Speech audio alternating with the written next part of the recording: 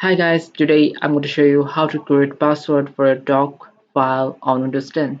So the software that I'm using is Microsoft Office 2016, and if you're using an older version or a new version, the procedure might be different for you, but for 2016 version users, this is the video for you.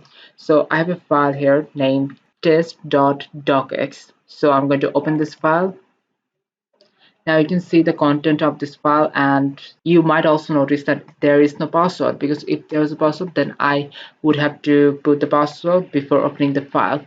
So to put the password you have to go to file, and now you can see under protect document we have this box, and you have to click on this box to reveal all other options here. Now from these options you have to click on encrypt with password, and now you have to put your password here. So I'm going to put 123.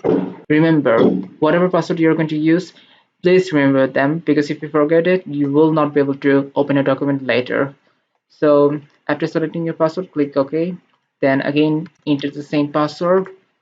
Now you can see the box has turned yellow. That means this document will require a password to open. So I'm just going to go back, and now if you close the document, this will require you to save. So the saving process actually is for the password change, because we have put a password and we have to save the file to make the file password protected.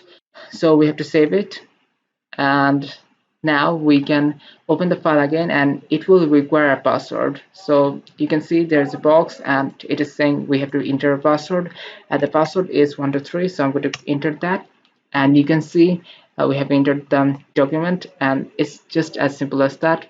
So every time I'm going to close and open the file, I would need to enter the password. And if I want to change the password, I can just go to file, then protect document, and then again click on encrypt with password, and now change the password to anything, like add 1 2 3 4 5. Okay, and again.